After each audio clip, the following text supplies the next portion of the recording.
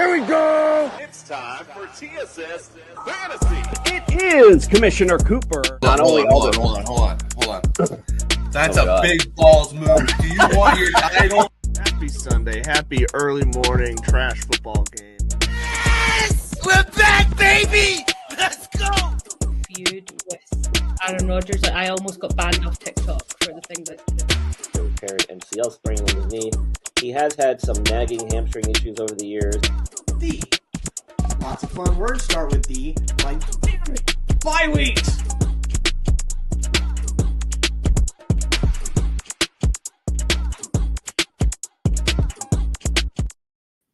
That's right, ladies and gentlemen. It is Commissioner Cooper, and it's time for TSS Fantasy. Yeah! I just woke my dog up. You're going to be sorry. Exactly. Well, we'll be hearing from the dog later. All right, well, let's get things started. We're getting ready for week 6, and we're here to get those lineups ready for you. If you're watching on YouTube, do us a solid, hit subscribe, throw your fantasy questions in there, of course, and all the other stuff you do on YouTube. Do it. Little things stopping you from doing it, big things popping for us when you do. We always appreciate that. If you're looking for some daily fantasy, or I should say more weekend fantasy, go to Fast Strap app, use the promo code TSS. We'll double that deposit up to $50. And of course, if you're looking for some championship bling for your fantasy champion, look no further than Pro-Am Belts.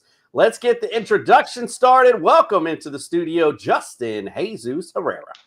Hey, I just want to say this. It's funny that Chris Fox continues to be on our intro because D also stands for does not participate.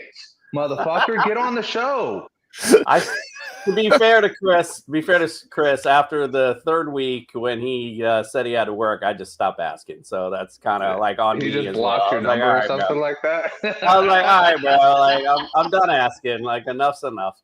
All right, let's welcome in, of course, Mr. Sophistication himself, Andrew LeDuc. Welcome to the studio, sir.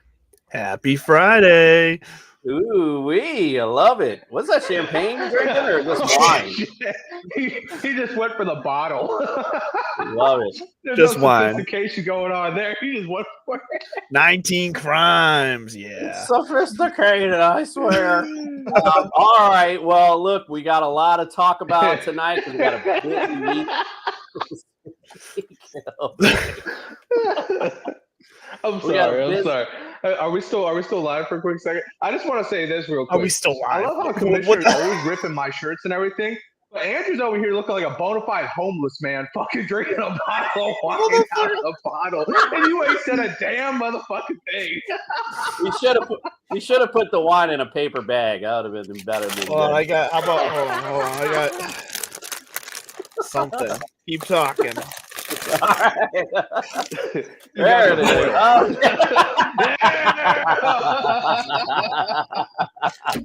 And he's got the great value potato chips. Great value barbecue chips. All right. Well, like I said, we got a busy week 6. No one cares about Andrew's potato chips, so let's get things started. And let's bring in Brian because we got some injury news to talk about. Let's go. It's time to get your latest NFL injury updates with Brian from the Injured List podcast. The doctor is in.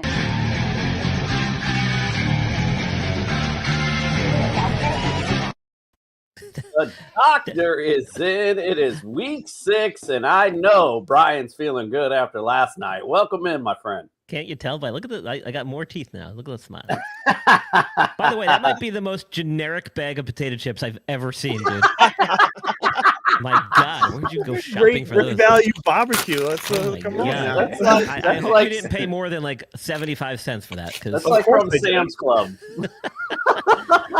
Listen, thank you guys for letting me vent earlier. Cooler heads have prevailed. My take on the whole Dable thing in the last is 2 minutes. Yeah.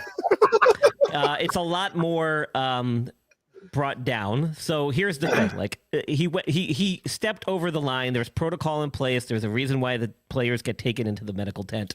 It's so that the coaches don't have any influence on what's going on during the examinations, and so players are protected from the staff, from themselves, and don't make a rash decision and get on the field too soon. While they're being assessed for an injury. So I'm sure there's going to be a fallout from this. He set a bad example. No coach should be doing that at that level. Be prepared. If your player is out, have a plan B. He obviously wasn't prepared. Didn't know what to do. Instead of putting Jameis Winston in there, he put in freaking Russell Wilson, who threw a dead duck on a 3rd down. And then he was freaking out because Dart wasn't cleared and ready to go back in yet. And I think that's all he was doing. And it probably was that innocent. But you can't do that. You just can't do that on the field. And he was talking to a world-renowned orthopedic surgeon who I know personally, who I worked with when I was in my training. The guy's a great guy. He's a nice dude. And he's worked really hard to get there. It's a prestigious honor to be a team physician in the NFL. These guys are looking out for the players. That's their number one priority. They take an oath to do it. Let him do his job. That's all he's there to do. He doesn't ever, I can almost guarantee you, they never step on their coach's toes. Don't step on his toes. Let him do his thing. And that's all I'm going to say about that. Now, I'm with it. The only problem, though, Brian, is like you said, his plan B was a plan F. That was it was an F, a big fat F. Thank God Dart was okay and got back in there pretty quick. So very happy about that. Now, the list is super long. We're going to go through it pretty quick. There will be more updates on Sunday, obviously, because stuff is going to change. But as of right now, here's what we got. We got Lamar Jackson. He's out. He missed practice all week. They've officially ruled him out with his hamstring issue. Cooper Rush to get the start. Kyler Murray's dealing with some type of foot issue. No one's quite sure what it is. He had a limited practice on Friday. Some reports are saying that he's going to require clearance before he gets put on as an active player. I don't know what that's all about. That's not going to happen. He'll probably have a questionable tag. He might be a game-time decision. Expect that if Murray doesn't start, Brissett would get the start. So be prepared there. That could change any minute before game time. Jaden Daniels should be back in action. He practiced fully this week. I don't even know if he's listed anymore on their injury report. He might be, but it sounds like he's ready to go. Baker Mayfield, no issues from that biceps and knee thing that he was dealing with. I think he's actually off the injured report as well. Brock Purdy, obviously not going this week again. We kind of called that. Mac Jones is a little beat up himself, but I think they're going to ride or die with him until he falls apart, and then they have no choice but to put Brock Purdy back in there. It seems like they're just going to go with the least injured guy and just ride that wave until they can get Brock Purdy fully healthy and then install him back in there.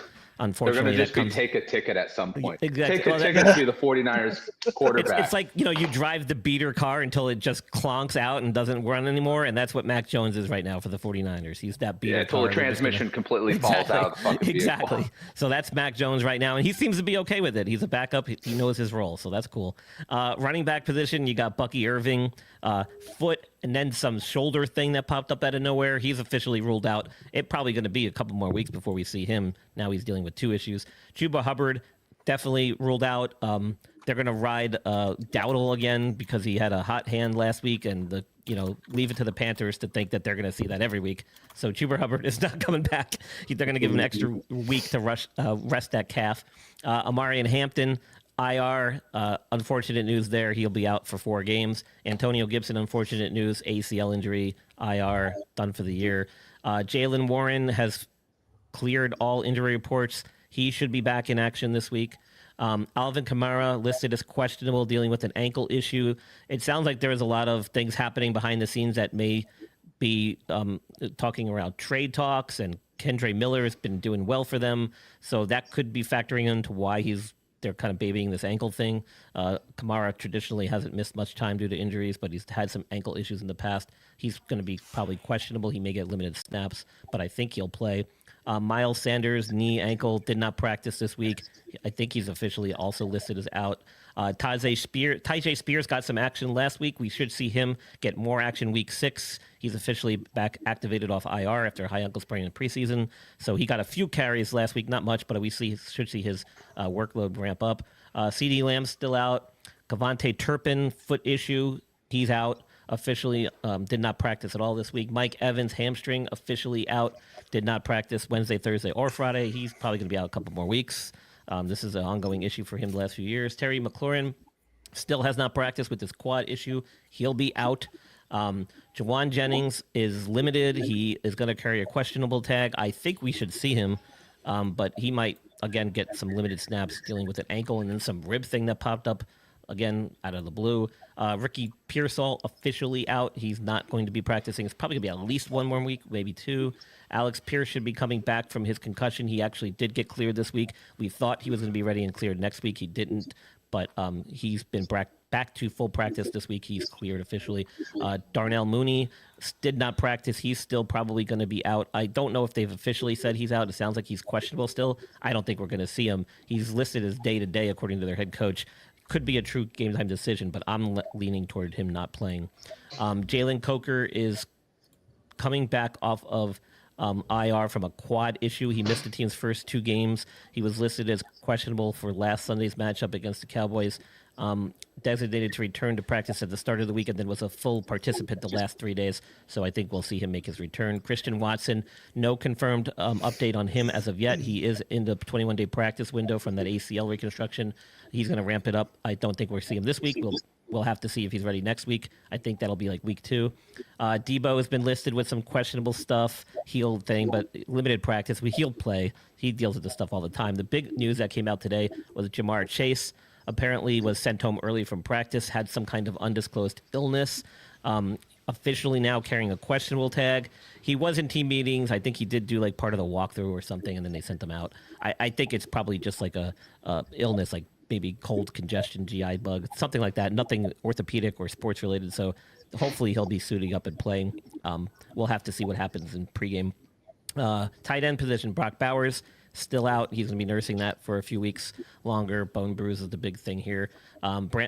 Brenton Strange quadriceps went to IR like right away, which is kind of odd. Not sure if it was a true quad issue or like a hip flexor thing, because there were some reports saying hip, but it happened very quickly, so it must have been pretty significant. He'll miss 4 games. Colston Loveland, questionable with a hip issue, limited practice this week. Earlier in the week, no change that I heard of on Friday. He should be available, but limited, possibly in a snap count and load. George Kittle, at least another week. They're saying possibly next week he should be back. It sounded like he might have been able to get ready this week, but they didn't want to rush him, so he's officially going to start the 21-day window, I think, on Monday, but they're saying that he should be ready by the end of next week. And then I usually don't talk kickers, but the top fantasy kicker in the league, Spencer Schrader, blew out the ACL and MCL on his kicking leg, and he's done for the year. Really tough injury for a kicker. It's going to really hamper his recovery. You know, normally with a skill position player, you could expect him back 9 to 12 months. With a kicker and his kicking leg, that might actually even be longer because of the way that we do the rehabs. There are certain activities you can't do right away. Open chain exercises. Chase, you know about this. Traditionally are not recommended for several months. So that really hampers your ability to get back to kicking motion and do that and build up strength and power in a kick. So that's going to be a problem for him going forward, unfortunately. So he might be extended time from what we would normally see because he's a kicker. So interesting stuff there. That's the report. I don't know if you got any more players, but I don't, because that's enough as far as the only thing you might have mentioned it, I just have a question in regard to Chris Godwin, because we saw him, come. It took him a little bit to get back from the injuries, I should say, and now that he came back, and now he's listed as out for today. Is this this weekend? Sorry, is this something you think like Chris Godwin owners should be really nervous about, being that now he's back? He was back a couple games, now he's completely out again. Yeah, I mean, potentially. We don't know the full extent of his injury. We know that he had 2 procedures. One, I think, was to remove hardware after he had the original procedure done, which was a fibula fracture. There's a chance that he might have had some intra-articular injury, like cartilage damage or something at the time of the initial injury that they may have also treated at the first surgical procedure. It could be that may be coming back to bite him now. That's a real serious concern and potential. It's, again, just like any other major injuries. You can sometimes have other injuries as a result of the known injury. So, fibular fracture, it's an ankle injury, and it puts a tremendous amount of force on the ankle itself. So that could be what he's dealing with now, some residual effects of that initial injury. And sometimes those will manifest till months or even years later. Do you think they rushed him back? Is that part of what we're seeing here?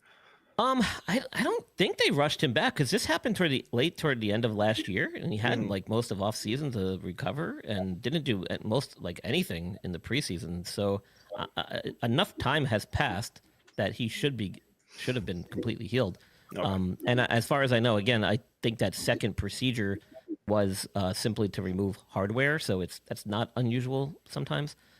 As long as that wasn't because of some hardware failure or some failure of the first procedure, which I've not seen that reported, then that should have been pretty quick recovery from that second procedure. The question really I have, which makes me concerned, is this like a lingering or a sequelae or an effect of the original injury?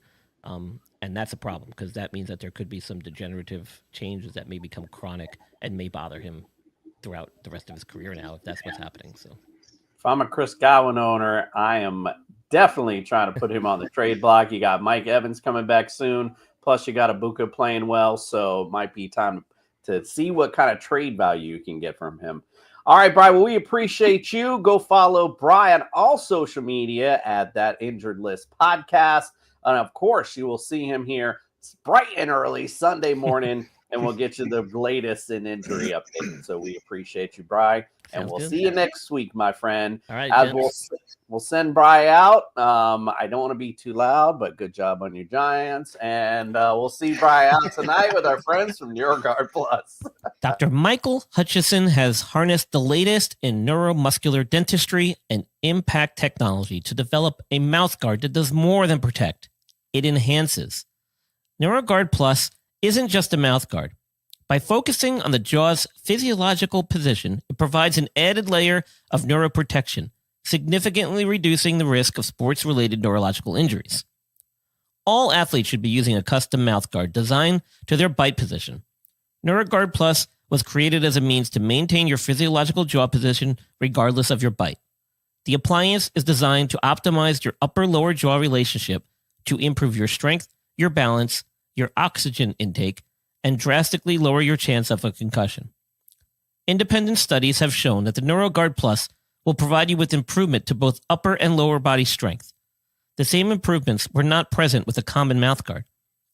Over 6,500 athletes have used the NeuroGuard Plus. Dr. Hutchison is happy to say that the amount of diagnosed concussions is 0.2%. The NeuroGuard Plus offers athletes, coaches, and parents an advantage to keep their players safe on the field. If you or your child actively participates in athletics, they need to be protected from the dangers of repetitive head trauma. Get your NeuroGuard Plus mouthguard today. Click on the link and use code ILPSports for 10% discount on your purchase. So for those that might have been confused, open chain exercises, by the way, is when basically like open knee extensions when you're I guess your foot, in this case, if your foot isn't planted to a floor or a wall, leaving your leg out in open space, that's an open chain exercise. So like a sitting knee extension or an enclosed is like a squat where your feet are firmly placed on the floor and it's closed chain. That's what Brian was talking about when in regards to the kicker, which does make sense, and it will affect his rehab. That's for damn sure. All right, guys. Well, let's talk real quietly about last night. Breaking news. The boys from TSS Fantasy still don't know what the hell they are talking about.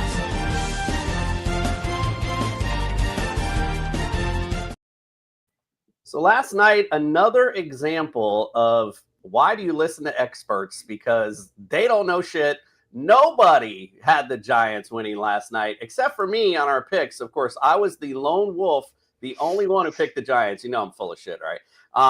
Yeah. We all unfortunately went Eagles last night. That's 2 Thursday night games I picked incorrectly. I think we're done with Thursday night game predictions. But last night, oh my God, 34-17 Giants. Listen, from my quick thought from this game is, Jackson Dart and this Cam Scatterboo thing, they have definitely arrived. That's for damn sure. Last night, Jackson Dart, 195, 1 TD, ran, though, 13 rushes for 58 yards and 1 touchdown. Cam Scatterboo, 19 carries, 98 yards, and 3 tutties last night. Caught 2 receptions to just go ahead and make it a great fantasy night for him as well. Wan'Dale Robinson looked like he was probably, I guess you'd say, the main guy last night. 6 receptions, 84 yards, and a touchdown. I know for a fact someone in my league had dropped him, and I picked him up. And I didn't have the cojones to play him last night. But if he's out there in waiver wire, it might be somebody you might want to take a look at. The big disappointment, I think, on the Giants side was Theo Johnson, 2 receptions, 27 yards. I know he was kind of a hot item. Jalen Hurts, 283, 1 TD, 1 pick. He rushed for 7 yards. Rushed 7 times for 13 yards and a TD. Saquon Barkley, 12 carries, 58 yards, 2 receptions, 9 yards. Boy, oh boy. But the big dog last night on the Eagles was Dallas Goedert, 9 receptions, 110 yards and a TD. Could have been Devonta Smith last night when he had him open way deep last night and missed it. And then, of course, I know I saw a reel about it today, but I saw it when it happened live, and I said something to my wife who was falling asleep. I'm like, when Jalen threw that interception, I mean, he had A.J. Brown like perfectly coming across the middle, and it could have been an easy tutty for them last night. So a little bit of struggles on this Eagle. I think it's starting to be for real a little bit. But Justin, what say you on last night's game? Yeah, so I'm not really that impressed with the Giants aspect of it. I'm really eyes wide open at the Eagles' struggles because this is a team that even at the end when they had a chance to get back on the board, simple stuff like fumbling the ball when you get it. A.J. Dillon, why is A.J. Dillon in there making that play right now? And the fact that, simple statistics will tell you when you have Saquon Barkley running the ball 20 times, you usually win the games. When you have him running under 20 times, i.e. 20 times in the past 2 games, you lose the games. That's how your offense works. Don't let fucking A.J. Brown make your offense. If you're really having a problem with this fucking guy, trade him to someone else. Get some picks or something for him. Because honestly, this is how you're going to win. You're not going to win off of the arm of Jalen Hurts. You're going to win off of the back of fucking Saquon Barkley. It's just it's weird because it's like the Eagles have this fake identity, this pseudo identity that like, hey, we're like this high-powered offense with all these weapons, and it's like that's really not what makes you great, buddy. Like what makes you great is that your line bullies other defensive lines, and that you literally have one of the best defenses, which we thought they did, but obviously that's a lie too. Because their defense kind of fucking sucks right now. It's kind of crazy. Like, they're getting ran on. They're getting freaking passed on. Everything is happening. And it's like, you go, there was the play. I think it was like 17-20. And the Giants, they had Dart sacked probably like 3 times. And he scoots out and he runs out and he makes the play. And I'm just like, the Eagles let that happen? Like, I'd be understanding if it was the Raiders or something like, but the Eagles? Like, that's usually a disciplined, if not way too talented line to let that happen. That's where I'm going to end. Very good tackling team. In fact, you saw them miss that tackle on Wan'Dale Robinson. They missed a few tackles last night, just not something I'm used to seeing at all from them. But Duke, what do you say? What are your thoughts on last night? Yeah, so I think what we're seeing with Saquon Barkley, I agree. He is like how they should win. I think they're realizing how much they overused him last year with obviously they had to. That's how their offense is built off of. But he had record usage last year. I think they're trying to wean him into the season so that he's still be able to go full at the end of the season at the midway point. So I think Barkley will be fine. I think they're kind of chalking up to maybe being okay. It's a terrible thing, but I think they probably thought they could win last night without Barkley. Obviously they didn't because the Giants are playing like I think the Giants is a little bit of an imposter syndrome right now because it's almost like when a team changes a coach midway through the year and all of a sudden they go on like a little bit of a winning streak, but then they come back down to earth and they suck again. Like that's what the Giants are riding, this high of energy behind Dart and Scatterboo. And I get it. It's working. It's not going to last. They will come back down to earth. They're fake, but I think the Eagles are saving Barkley, and it's unfortunate for fantasy owners, but I think he'll be fine. I don't know why you're laughing, but to Duke's point, don't forget, this is a team that just lost to the Saints. That's true. Oh, 100%. I agree with what he's saying. It was just funny by two scores. They just lost to the Saints. But I will say Goddard I think is real here, because I know a lot of people will say like he's touchdown dependent because he's had at least one touchdown in the last 4 games. I get that, but he had like 6 or 7 catches in the first half alone last night. They're using him between the 20s and in the red zone. So right now, Goddard, at least going up to their week 9 bye, is a must-start tight end. We'll see how, like I said, their offense might shift at that point. They might start going back to Barkley more. Like, watch that. Goddard could be coming up a good trade, sell high candidate. So we'll see. But to sum it up, Giants will be fake eventually. They'll come back down to earth. And the Eagles, I think, will be all right. I think they're kind of pulling a page out of the Patriots playbook here from back in the day, where they just kind of coast through the first, September and October, and then they turn it on in December. LeDuc says the Giants are the Kardashians of the NFL. I love it. All right. So, so that was last night's game. Ugh, God. Yeah, but definitely, I think some trouble for the Eagles. New York on a high right now. So, we shall see. All right. Well, we got a full week to break down, except for 2 teams. Let's get it. It's time to get your lineup set with TSS Fantasy's Friday Night Breakdown. Breakdown. Bring it on down. Breakdown. Bring it on down. Bring it on down. Go, Fred. We missed that live dancing too. That's for sure. All right. Well, we got some. Okay, so we got 2 teams on bye, the Texans and the Vikings, which I just want to say real quick. The reason, next week I think it's next week or the week after, we got like 6 teams on a bye. NFL, stop with the double Monday nights. No one fucking cares. No one wants it.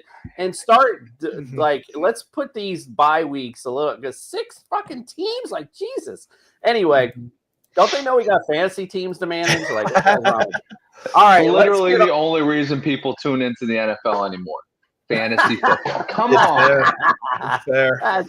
It's a good product. Come on. All right, let's get to it. We're going to be waking up early. Hopefully, you'll be waking up to watch us. And then right after, we got another game in London. The Denver Broncos at the New York Jets. Denver against fantasy QBs are 3rd, 10th against running backs, 3rd against receivers, 8th against tight ends. Jets, 27th against QBs, 21st against running backs, 14th against receivers, and they are 24th against tight ends.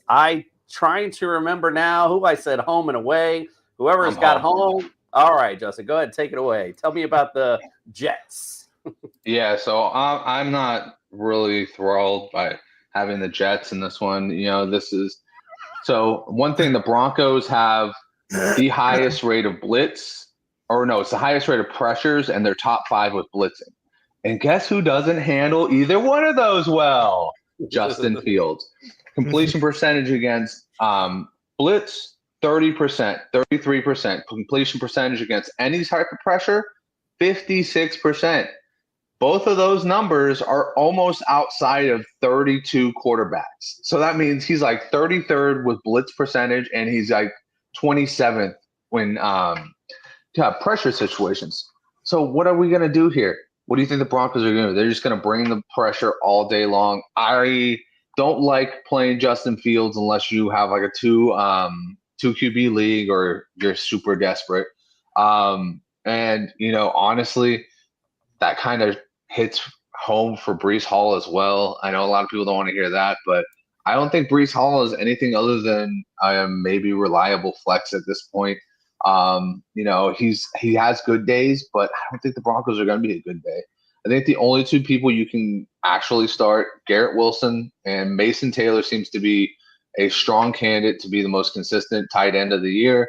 He seems to always be able to deliver 9 to 10 points in standard, probably like upwards of 12, 13 in PPR. So, consistent. So, if you're looking for that, but yeah, I'd say maybe the only person you could start is Garrett Wilson in this one. Even the Jets defense, I don't know if I'd start that, even against risky Bo Nix, but start at your own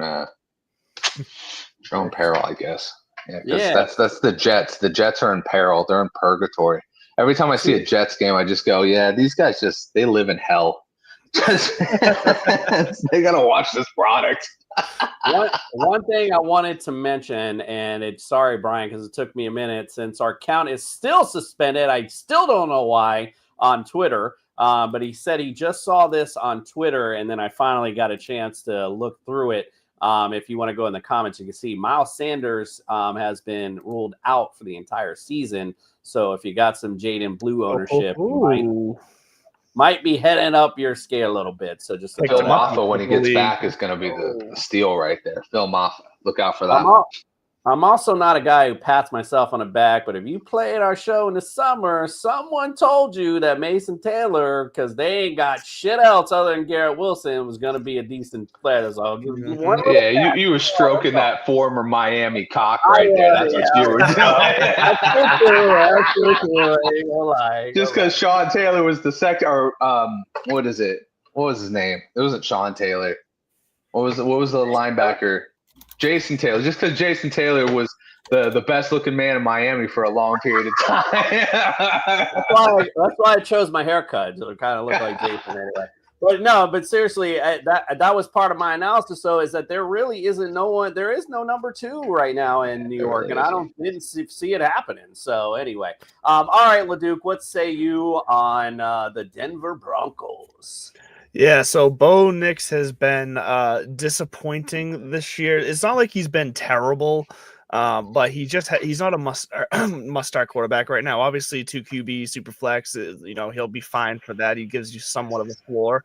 But I don't expect massive numbers out of him in this game. Unfortunately for the Broncos, their offense has just become very one-dimensional. They got no one other behind Sutton for receivers. J.K. Dobbins is having a good year, but it's not like he's bursting through the ceiling. He's got a nice safe floor as a running back too right now, but he's, you can't expect 20+ point games out of him. Most likely you're getting more like 13, 14 points out of him, which is fine, but there's really no top end star on this offense right now. And the team is 3-2, but I wouldn't say anybody is necessarily a must start on this team. Evan Ingram has been a massive disappointment. He's someone I was, back at the drafts, I thought, oh yeah, you can get him real late in drafts and you'll be just fine at tight end. No, not at all. Been an absolute disaster so far. And someone like Marvin Mims' speed, who everyone thought they'd be able to use him in this offense, just hasn't happened yet either. So really, J.K. Dobbins is where you want to be this week, and Bo Nix, and just in QB2, 2 QB and Superflex leagues. Other than that, there's really no ceiling here. So, quick question for you. We have a question here. I'll throw that one to Justin. I'm going to ask you, since you were talking about Bo Nix. Would you start Bo Nix or Caleb Williams this week? Yes, I'd be starting Caleb Williams. Okay, this is my league, and I personally been going, like, I started Caleb on the good week, and so it was good, and then I started him the week prior, and he wasn't good, so I'm like, I'm not gonna do it again, and now I'm like, oh, I don't know what to do, even though it's Monday night too, so that gives me my Monday night miracle maybe. Yeah, I think they're both risky when it comes to turnovers and that kind of aspect, but I think Caleb Williams has more big play potential than Bo Nix at this point. I'm with it. Let's go with the Smitty. Welcome, or the Smitty. My bad. Welcome in. Let's go to our boy, because I think this last guy hits you a little close to home. He's got to start 2 of these guys. Do you go DK, Jennings, or Bourne? So for DK, I have no problem starting him this week. The Browns have shown that their secondary is kind of weak. I mean, they just trade away Greg Newsome too. They're trying to liven up the secondary a little bit.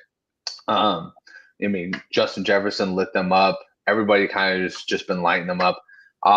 As far as Jennings and Bourne goes, I probably would just go with Bourne for right now, because Jennings is a game time decision.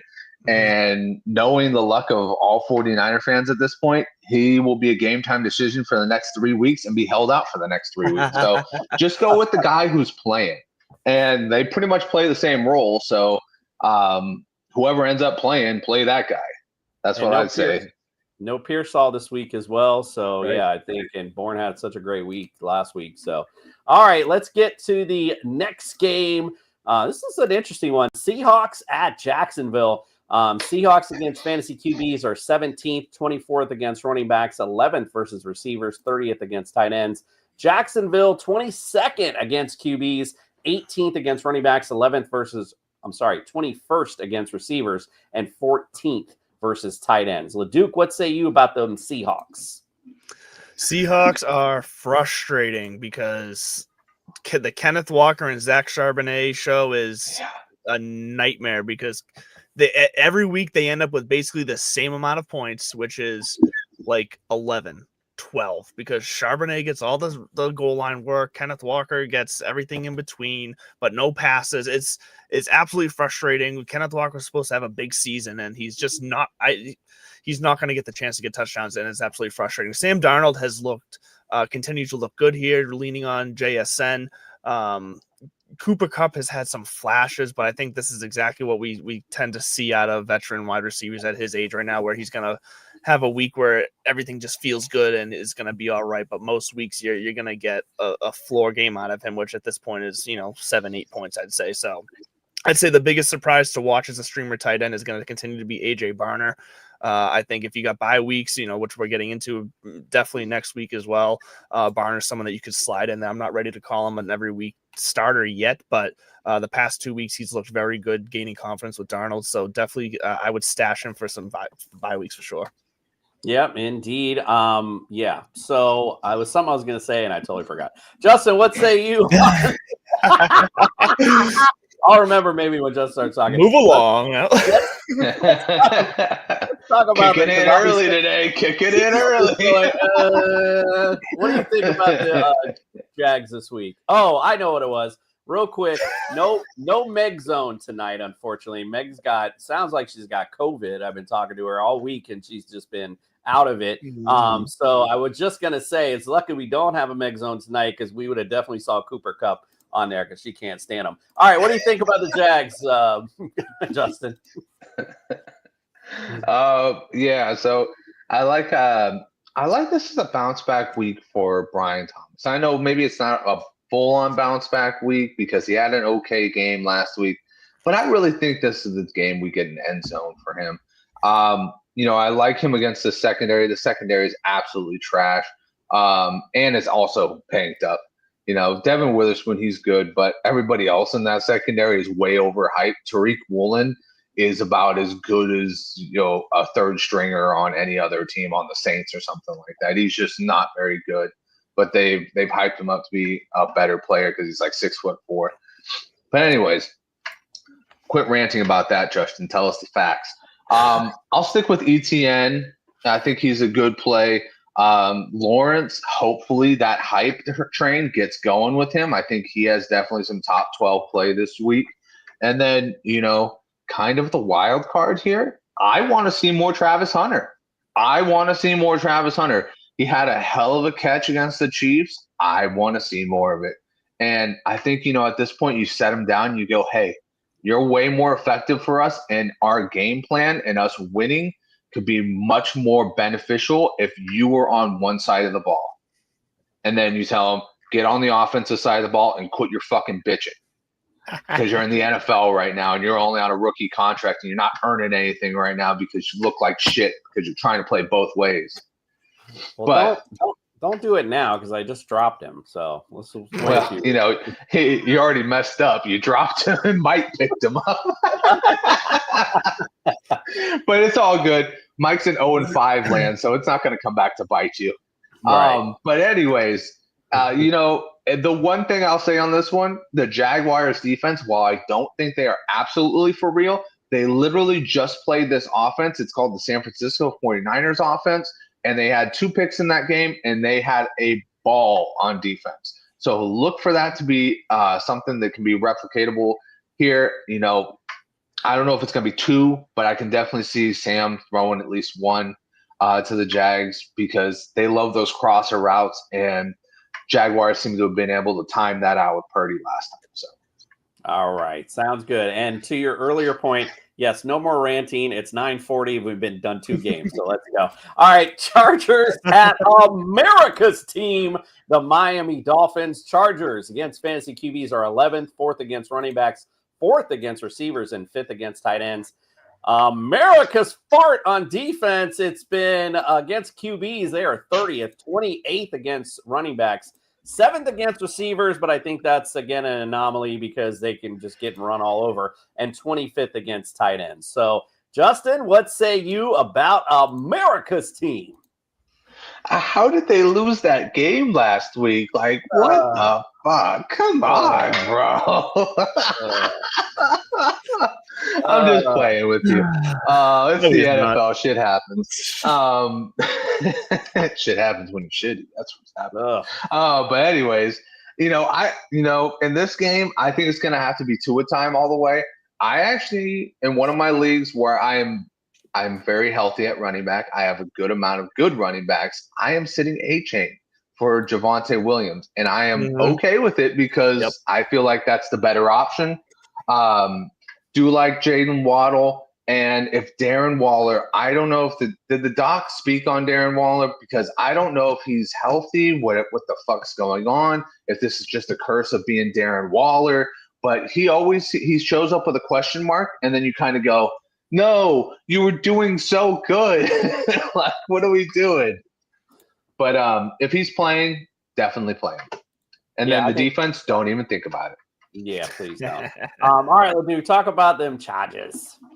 I want to talk about frustrating again, the Quentin Johnson, Ladd McConkey situation. I own them both in my home league, and last week I finally sat McConkey to play Quentin Johnson, and of course McConkey's the one that gets in the end zone. That's just how my season's been going in that league so far.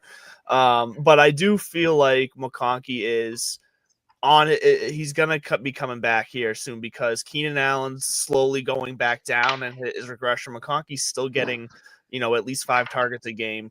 The difference we're seeing with McConkey this year compared to last year is the yards after the catch. He's not getting a ton of yards. They're throwing it to him short, hoping he can break one free, and he hasn't been able to really do that yet. So even though he's getting 5-6 catches per game, he's only getting like 40 yards. So that's his ceiling has been capped so far. But like I said, I think Keenan Allen slowly dropping back to the frame here, and McConkey's gonna take that place. I think Quentin Johnson is still gonna be the top guy here for a little bit, but you got to sit on McConkey. I think you can panic a little bit, but you got to sit on him, and I'm going to play him this week because Quentin Johnson does have the questionable tag.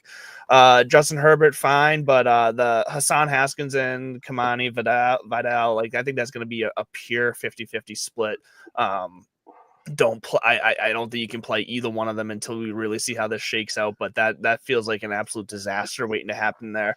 If anything, I think Justin Herbert has a real chance of being the leading rusher this week for this team. So look out for that. I think Herbert's going to be a great play. So yeah, I'd say those are the main things I want to touch on. The tight end situation for them really isn't anything to talk about at this point. Everyone who went and spent a bunch of fab on Oronde Gadsden, sorry. I got Haskins right now in my flex spot only because it's such a good matchup, which Rico Dowdle proved last week. But I feel what you're saying. But I think flex worthy isn't bad for either one of those guys. But you're running a big risk, as you mentioned, right? Because Vidal could get a couple of big plays, and then we'll never see Haskins all game. So it's a tough call for sure. All right, I would say Vidal and PPR, and then if you're doing just regular standard, Haskins for there. Yeah, that makes total sense, 100%. All right, let's go to the Rams at the Ravens. And look at this Baltimore Ravens defense. Ready for this one? They are 31st against QBs. They are 31st against running backs. They are 31st against receivers. But they're 23rd against tight ends. So, Rams 12th against running backs, 12th against QBs, 3rd against running backs, 19th against receivers, 19th against tight ends. So, LeDuc, talk about the LA Rams. Oh, this is going to be a Stafford, Puka, and Devontae game for sure. What's fun is that even though Puka's having a career year right now and possibly record-breaking for the NFL, Devontae is also a top 10 guy at this point. He's eating as well.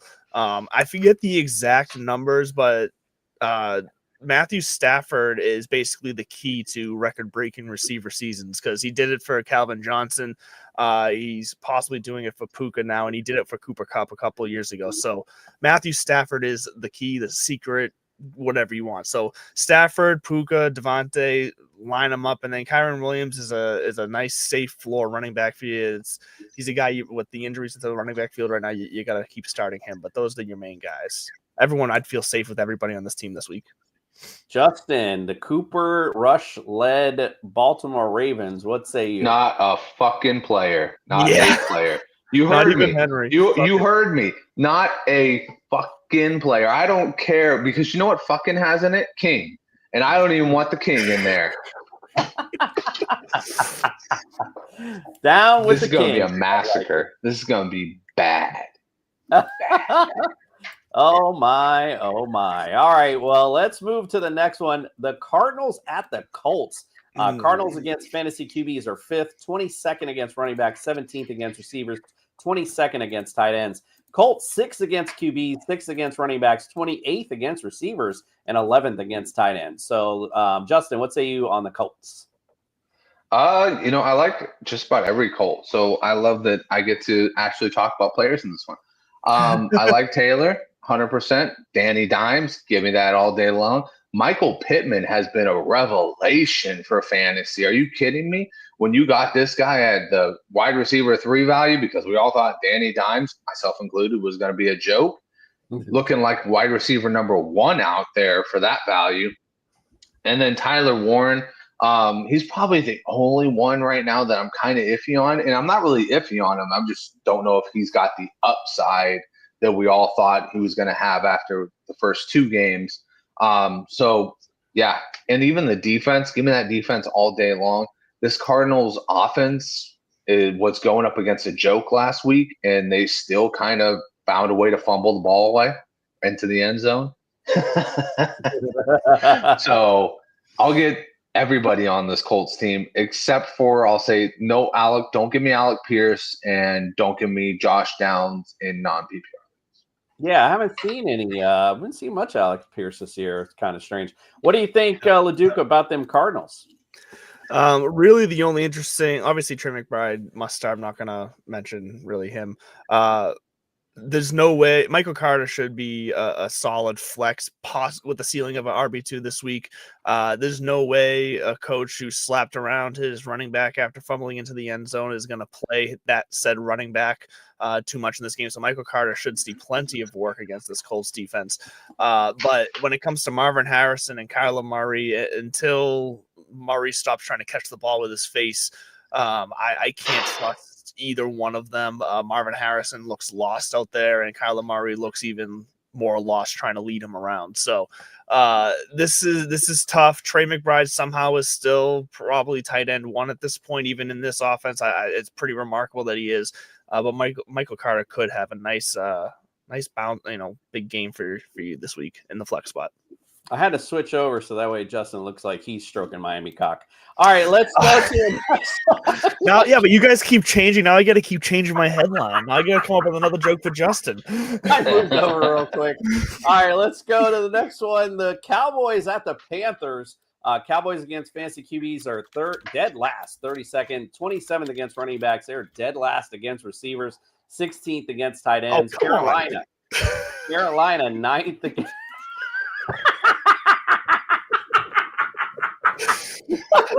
That was meant for Justin. What the fuck? 9th against Carolina's 9th against quarterbacks, 15th against running backs, 2nd against receivers, 31st against tight ends. So what's Commish, smile for me. I gotta see this. The worst is I'm drinking tea too, so I'm like, God, I hope they ain't got no stains up there. All right, so Justin, what do you say about those Carolina Panthers? I'm a big fan of Rico Dowdle in this game. Cowboys gave up 113 yards to Breece Hall in a massive losing effort last week. And you know what? I'm a big fan of, obviously, Tet, but Jalen Coker coming back could actually be the spoon that stirs this drink right back into relevancy. Look out for him to possibly be a sneaky, at least DFS play.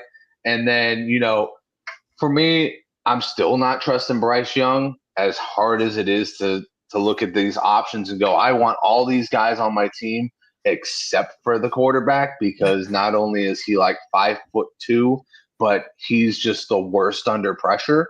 So I'm gonna leave him on the waiver wire. That's all I'm gonna say. I'm gonna leave him on the waiver wire. All right, I like it. What say you, LeDuc, about them Cowboys? George Pickens has you guys fucking around. George Pickens has found his form with the Cowboys, and you love to see it. I know he had a slightly down game last week with only 12, but I think he bounces back again this week to get in the upper teens. So I like George Pickens. Jake Ferguson is a guy that I'm trying to get anywhere I can because he just seems to be the most trusted, smooth, safe option for Prescott in this offense. And then obviously Javonte Williams is at this point a must start every week. DFS, he's still a great value, so you got to play him. We already mentioned it earlier. We're all curious now to see how Jaden Blue fits into this offense with Miles Sanders now hitting the bench for the year. So I'll be curious to see how he balances in with Javonte Williams. But at this point, I'm not playing Jaden Blue. Obviously, it's a stash and wait and see. And everyone else should be safe. Pickens, Prescott, Williams, Ferguson. It's pretty simple. All right, sounds good. Let's go to the next one. The New England Patriots at the Saints. Patriots against QBs are 18th, 5th against running backs, 24th against receivers, 27th against tight ends. Saints, 26th against QBs, 23rd against running backs, 10th against receivers, 28th against tight ends. All right, LeDuc, give me your boys from New England. Who's going to do well in this one? Ugh, what a win last week. What a fucking win. I just had to say that. But Drake May is a top 10 guy at this point. So you got to be starting him at quarterback. He's just doing enough, especially given the quarterback landscape right now. You got to stay, unfortunately, Ramondre Stevenson, Trevion Henderson, and then somebody named Terrell Jennings are the three active running backs coming into this week. So I'd say you gotta, unfortunately, with what we're seeing out of the coaching department here and the decisions, Ramondre Stevenson has to be the guy you start there if you're gonna start either one of him or Henderson, because they're just not using Henderson. And Stevenson, even though he fumbled again last week, still got 2 touchdowns. So as much as I hate it, like, he was useful. I think what we saw last week with Stephon Diggs, I know it was a revenge game for the Bills, but I think that's the start of things to come. So I expect him to continue to be a serviceable wide receiver too. And then Hunter Henry, I've been on him all year. You can just start listening to me, folks, because he's going to be a top 5 tight end this year. At this point, he's getting the touches in between the 20s in the red zone. Hunter Henry is a nice safe floor. So May, Stevenson, Diggs, Henry. If you're going to be stuck in bye weeks and you need someone, I would say Kayshon Boutte is your guy to maybe slide into the flex. I like it. Justin, what say you? Anyone you like on those Saints? LeDuc can't get enough of that Boutte. But I'm going to say this. Why the Saints? Why me? Why me, God? Why did you make me discuss the Saints? Oh, my God. You know what, though? Here's the thing. Spencer Rattler has not been nearly as bad as we want to say. He's thrown 6 touchdowns, 1 interception. That's right. He's only thrown 1 interception. That's why he's still got the job, and Tyler Shuck is still riding the bench. You know, he's aging. Every game he ages another 2 years. Sooner he's going to be 40 years old. Everybody's going to be like, dude, you were only in the league for 1 season. How are you 40 years old? I started out 36. But anyways, I'll just say this. I don't like Alvin Kamara this week. I don't like Keandre Miller this week. Chris Olave has just damn near been averaging 6 targets a game, or 6 catches a game. It's not my bad. 10 targets a game, but 6 catches. And then, Rashid Shaheed is he's your flex of all flexes. He either makes your day or he makes you go, shouldn't have played him. Because you can't really hate him because, it's not like fucking Stephon Diggs you put in the flex and you went, golly, you only gave me 1 point? What the fuck? It's only Rashid Shaheed. You can't hate him for that. But Taysom Hill, still not starting him. Juwan Johnson, I think he's still a little bit banged up, so he's kind of like iffy. He's probably bottom of my list of guys to start. And yeah, I've rambled way too much about the Saints, so I'm going to let go. Just let go. Justin, our LeDuc agrees with our about him. By the way, a sophistication Mr. Mallard likes someone on the Saints, so we're going to get to that at the end. We'll check that out. All right, let's go to Cleveland at Pittsburgh. Cleveland against fantasy QB 7th, 2nd against running backs, 20th against receivers, 12th against tight ends. Pittsburgh 29th against QBs, 14th against running backs, 27th against receivers, and 26th against tight ends. So, Justin, what do you think of the Steelers? I'll take Aaron Rodgers as a QB2. I'll take DK Metcalf having a great game. And then you know what? I'll round it off with I think that Kenneth Gainwell has the better game of the running backs. Yep. And why not? He's been putting in the work. But it's a tough matchup against the Cleveland Browns. That's for damn sure. All right, LeDuc, speaking of those Browns, who do you like on that squad? I just traded Pollard for Metcalf in a 14-team league, so I feel good about that. Nice, yeah. So when it comes to the Browns, it's really just Quinshon Judkins. He's looked good. He's looked fresh coming into, getting a late start to the season, but he's looked decent.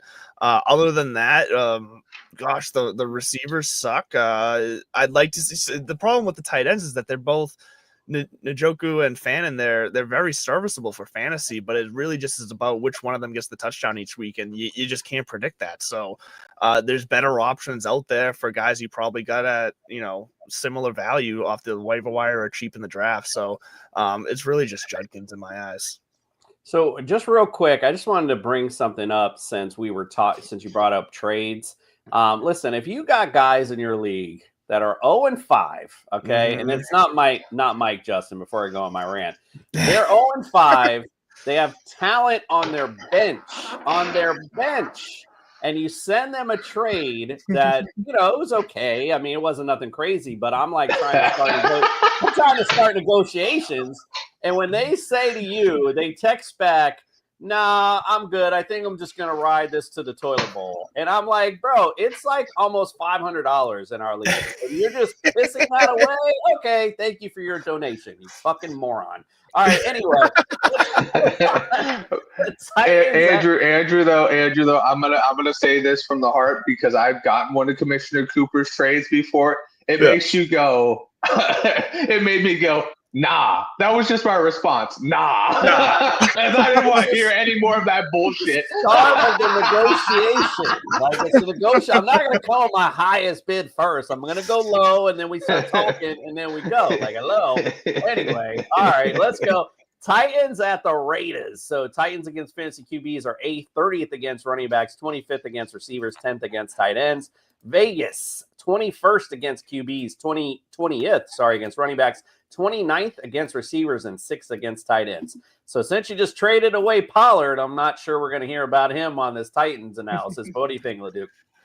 Yeah, so my computer is frozen and I don't have my notes in front of me at the moment, so I'm gonna wing this one. I don't know why my whole freaking page just froze on. It's funny that's actually why I went out and went back in because mine did too. I was like, I don't know, maybe something with the StreamYard tonight, but all right, my bad. I don't know yet. Well, my StreamYard's fine, luckily, but anyway, that's It's the Titans. It's the Titans. It's the Titans exactly. There's not really much to say here, anyways. Luckily, but people are they're Pollard owners, and he's been someone that they were hoping for. But I think in the end, Tajay Spears is going to slowly start getting more touches here. Is a reason why I was actually offered the DK Metcalf for Pollard trade, and I said, you know what, I'm okay with that because I have Javonte Williams. I got the mixture of Chuba Hubbard and Rico Dowdle, so I'm good there, and I got a couple other younger guys that I'm willing to take risks on. I could deal Pollard and bolster my wide receivers. So I do think once Tajay Spears really gets going here, we're going to see much more of a full-on committee. And let's be honest, this is an offense that's probably going to pack it in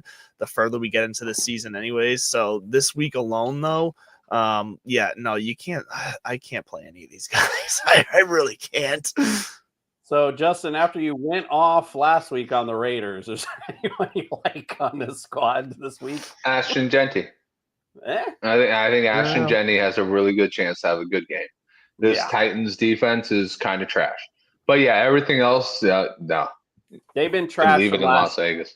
They've been trash since last year on the run, and it has not improved at all. So, 100% smash Ashton Genty in this matchup for sure. Can I just say this Titans defense can give up a play or two to Trey Tucker? I'm just saying he's worth a little shot if you need to take a shot on someone. We talked about him last week. I basically said he's the Rashid Shaheed of this team. Right. I mean, it's those boom or bust plays.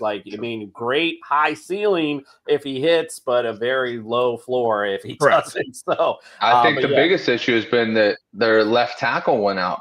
When they had their left tackle and they had time to throw the ball to Trey Tucker.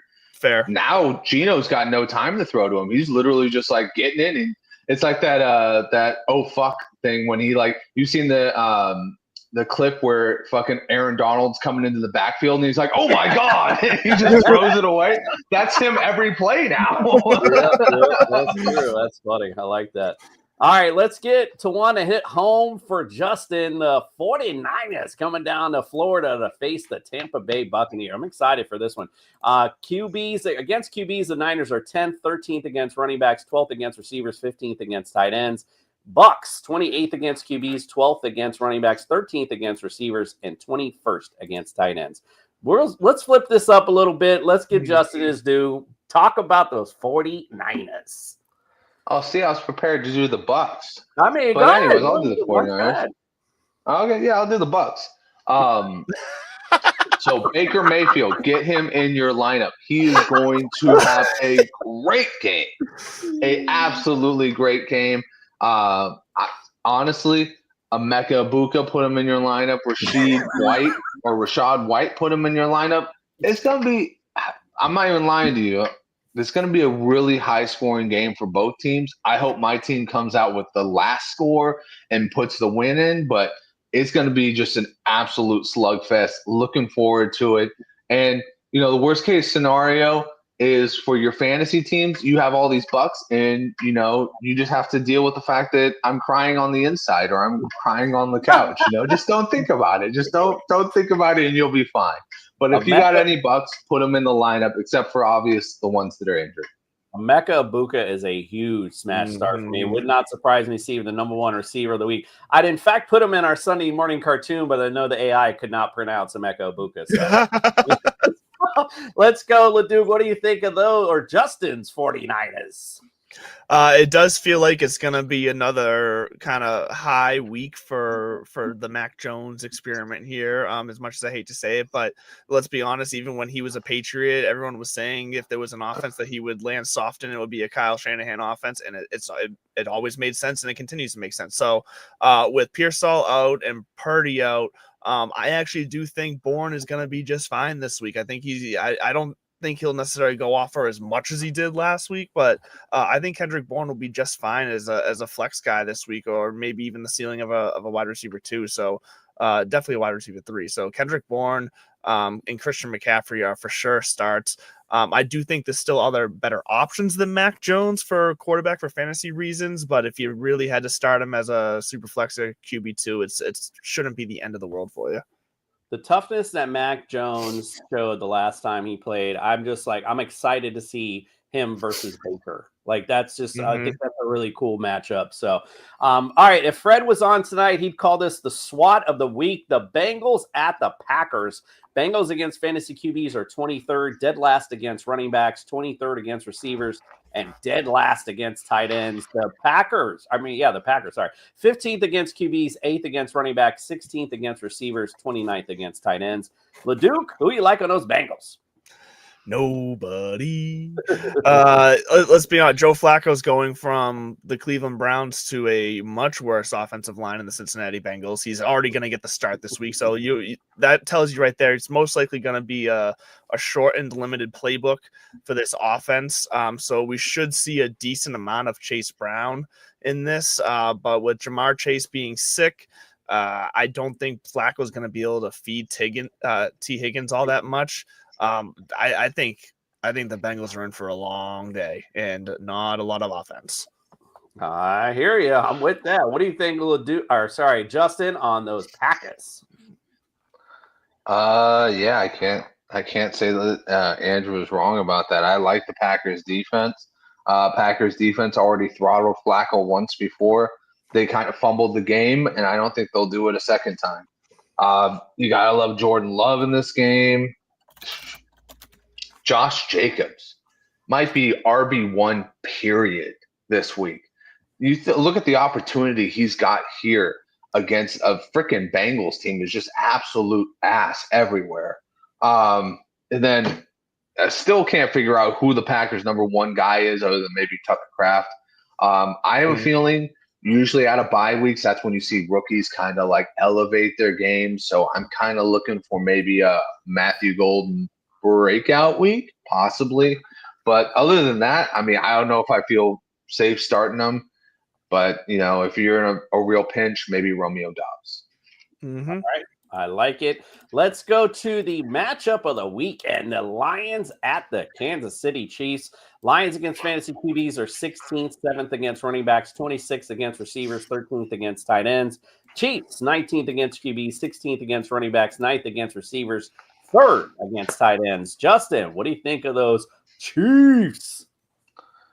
You ever notice that they give us the great Sunday night game before they give us like duds on Monday night? Like, fuck, bro. Come on. Got 2 games on. Fucking the Dolphins and the Jets, and then the fucking Broncos and the Bengals. Fucking trash. This game's gonna suck. Anyways, the Chiefs, I think it's gonna be a great game for Mahomes. I'm looking at Worthy. He had his practice in. He's looking like he's gonna be good to go. I look for them to get on the connection. And, Travis Kelce, it's too hard to quit sometimes because you remember who these guys were. I'm willing to give him another shot. He did have the touchdown last week, so I'm willing to give him another shot in my lineups. Let's go Travis Kelce, Travis Swift all the way, Swifties all day long. And then none of the running backs. I don't trust it. I don't trust what they're doing out there. Mm-hmm. It's Pacheco to Hunt. Now we got Rashard Smith come in. Just pick one. I think Hunt might get the touchdown, but that's even, pending they get a touchdown on the ground in this game. Right. And it surprised me, too, because when I saw Pacheco run last week, I was like, man, he looks almost like he's back to what he used to be. So I'm surprised that they kind of went off of him, put Kareem Hunt down at the goal line. I say stick with Pacheco because he's the one, he's that hard runner, especially if he's healthy. I think that what the Chiefs and offense needs. All right, what do you think about those Lions, LeDuc? Yeah, I do think this game is going to have points overall, so I obviously like the Lions as well. Goff, Gibbs, Amon-Ra.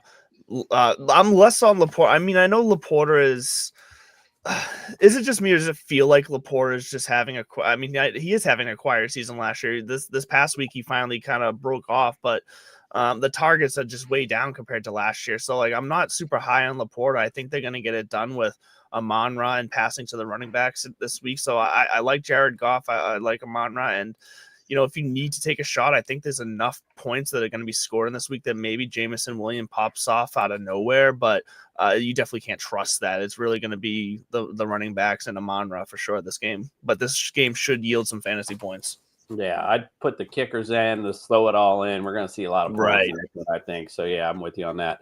All right, let's go to the first of the Monday night double freaking headers that nobody wants. Buffalo at Atlanta. Buffalo against fantasy QBs are 15th, 19th against running backs, 8th against receivers, 2nd against tight ends. Falcons, 4th against QBs, number 1 against running backs, 6th against receivers, and number 1 against tight ends. But they've also had a bye, so might be a little bit skewed with that. But they are a pretty decent defense. LeDuc, what do you say about those Buffalo Bills? Yeah, the Atlanta defense is definitely better than advertised coming into the season, so that this matchup doesn't look as easy as it should have been, but the Bills are coming in after an embarrassing loss to the Pats, and I think the Bills are just going to absolutely pound the pedal down here. I think Josh Allen is going to go off. I think they've learned their lesson. They're going to finally give the ball to James Cook as much as they can out of the backfield, even if this Atlanta defense is number 1 against the run. So I think it's mainly going to be Josh Allen and James Cook all day, and then I'd say after that it's Dalton Kincaid. Unfortunately, between Coleman and Shakir, and now even throwing in a sprinkle of Josh Palmer, there's not enough of a top end guy there for one to stand out against above the rest. So any one of them can get in the end zone. Any one of them can catch a 30-yard ball. It's going to be different every game. So if you want to trust somebody, it's Allen, it's Cook, it's Kincaid. LeDuc had to find a way to throw in that loss against the Patriots last week, so I feel you there. They're saying it's a top 3 win for Patriots in the last 25 years. So wow, all right, riding high from last week. All right, Justin, what do you think about the Falcons? How the mighty have fallen. Jeez, the Patriots are looking. You won 6 Super Bowls, and that's a top 3 win for you guys. Get the fuck out of here. Situational, like what it means for the future of the franchise. Like we also for 20 years didn't have many moments where the future of the franchise was in question. So true. I guess that's fair enough. But you know what? For those Falcons, those crazy Falcons, those dirty birds, B. John Robinson, automatic start. And then everybody else is not really automatic. Like Kyle Pitts, nah, pass. Drake London, sure. I'll take Drake London all day long. That secondary is really banged up, not looking good. Stephon Diggs just had a field day. Why can't Drake London have a field day? If Mooney is fully healthy, put him in. And then I think that's just about it. I mean, I can't trust Penix. Even this defense, I mean, this team is so up and down. I just can't understand it. Like, 1 week they're celebrating one of the biggest wins they've had on defense, and next week they're giving up 30 points to the Panthers and not, putting a point up themselves. So it's like, I don't understand it. I don't understand your brand of football, Atlanta. Teach me how to not play it, because I never want the 49ers to be one of those teams where you're like super high or you're super low, because I'm just like, that's just such a – I don't think I could handle that on a week-to-week basis, either getting your ass beat by the worst team in the league by 30 or fucking dropping 22 on the Bengals. I don't know. All right, we said no more rants. All right, let's go. I got to go to bed. Give me a bed, dude.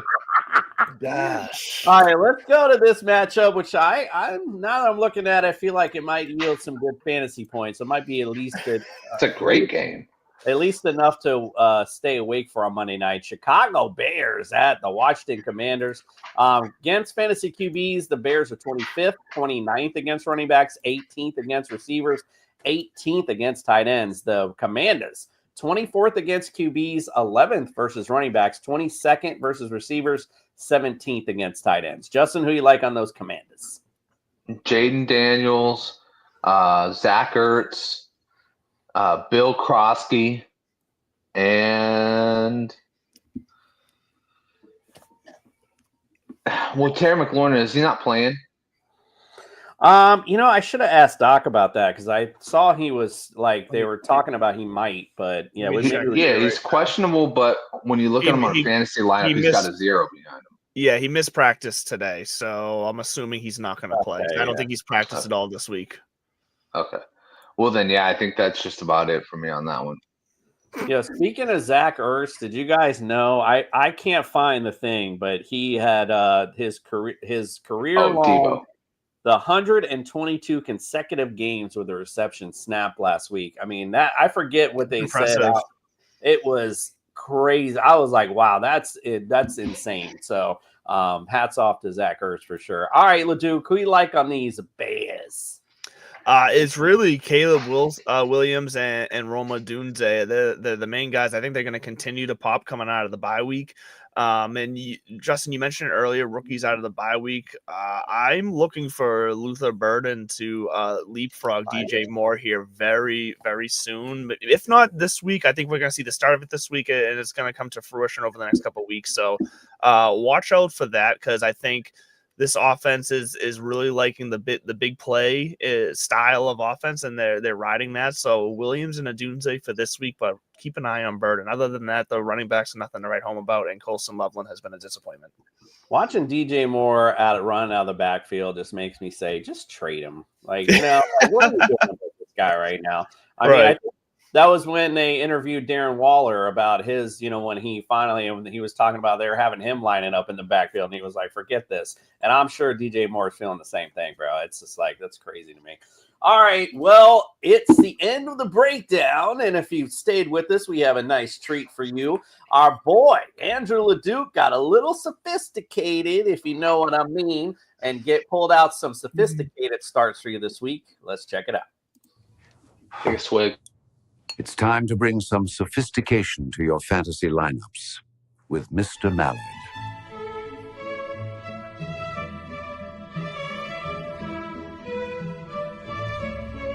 Welcome to Sophistication Station. I'm Andrew Leduc, aka Mr. Mallard, host of the Divots and Pivots show. And hold on a second. I have your classy starts for you this week. Let's start off with a chance. Come with me for a ride on Sophistication Station train as we take our shot on it being a Taysom Hill week. Let's be honest, the Saints are not going to be able to run the ball against this Patriots defense. they're going to be one-dimensional. And what happens when you get one-dimensional? You get crazy. You got to get creative with your plays. So Taysom Hill, I think, finds the end zone this week at a super cheap price on DraftKings. And, of course, he's most likely on your waiver wire for tight end. So Taysom Hill, I think, could be sneaky classy this week. And let's talk about Trey Tucker as well. Trey Tucker is rising in the Raiders offense. Whatever that may be worth, it is what it is. But he's still going to get more and more targets. I think Trey Tucker has a good week this week as well, in a good matchup against the Titans. And then we have Romeo Doubs, who is clearly Jordan Love's favorite target in that offense. Romeo Doubs is being looked at in the end zone, so I expect to see that big old helmet in the end zone again this week. Romeo Doubs should be classy as hell. So, if you want those classy starts again, Taysom Hill, Romeo Doubs, Trey Tucker. Enjoy your lineups this weekend. As always, stay classy. Stay thirsty, my friends. Now go win your fantasy matchup with class. And yes, that is the same bottle. The king of nurses is Angela Duke nursing that same wine bottle. I did like the way you dressed the part this week, though. That was good. I like that. Yeah, some weeks I have it more than others, for sure. Don't forget to wake up with us 8 a.m. Sunday morning. We got lots of good stuff for you, including NFL betting advice. Brian Scott will bringing him back for some injury updates. We're going to do our picks, of course. Fantasy Jesus, of course, going to bless your fantasy lineup. Ultimate DFS lineups, and, of course, our Sunday morning cartoon. Make sure you wake up with us because we got football right after, so we got to get those lineups set. All right, guys, well, we appreciate you. Good luck. And then, like I said, follow up again on Sunday, and we'll help you out with getting those lineups set. We appreciate you all, and we are out.